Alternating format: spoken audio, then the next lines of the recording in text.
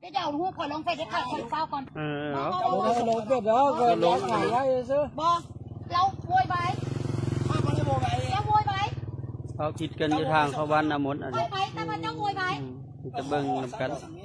ว่าเขาจะตกลงกันได้บอกเขาได้อะไรก็บอกบอลได้ใจไปส่งบ่ค่อยไปแต่ค่อยมาดีๆแล้วเจ้ามาโวยวายอยู่นี่ใจไปส่งเจ้าโวยวายค่อยออกตกลงมาแต่งงานอยู่ไหนส่งค่อยตกลงแต่พูดหน่อยว่าค่อยสิมาส่งเจ้าดีๆส่งไปห้องถ้าเจ้าเมาแล้วค่อยสิมาส่งเจ้าบอกไปส่งค่อยบ่เจ้าแ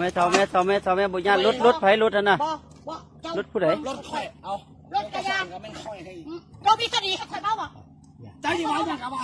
แต่ว่าเจ้าไปน้ำค่อยกระยานไปมาบอกขับหรือบ่ค่อยค่อยสิครับแต่ว่าเจ้ามากระเจรถให้ค่อยดีๆเอาบ่จะเฝ้าเด้อไอ้บ่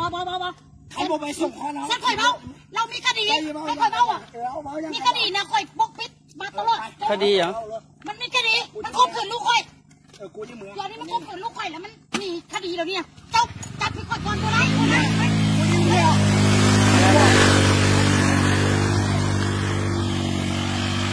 หยุดตัวแม่ก่อนหยุดก่อนโอ้ยหยุดก่อนแม่หยุดก่อนหยุดก่อนโอ้ยกับตำรถกูเนาะเอากระเจี๊ยบมาหยุดก่อนไว้วันไหนกูขอโทษมึงไปมึงจะมาเบื่อเลย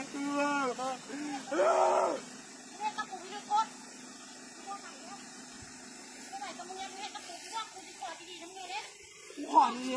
ไปส่งของครับพ่อแม่ค่อยไปพากันเว้ากันดีๆไว้เว้ากันดีๆผมให้มันยากไว้มานี่มันเอาจะเฮ็ดมันจะเฮ็ดมากับมือใช่เลย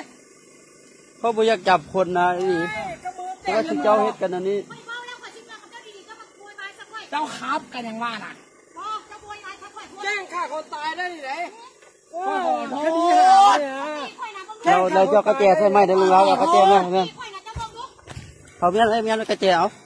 บุฟ้าไปเว้ากันก่อนข้ามเราจะไปน้ำค่อยบ่เว้ากันก่อนไปส่งพ่อแม่ค่อยแล้วกันแล้วมาบ้านมาเรากระเจี๊ยบเรากันเลย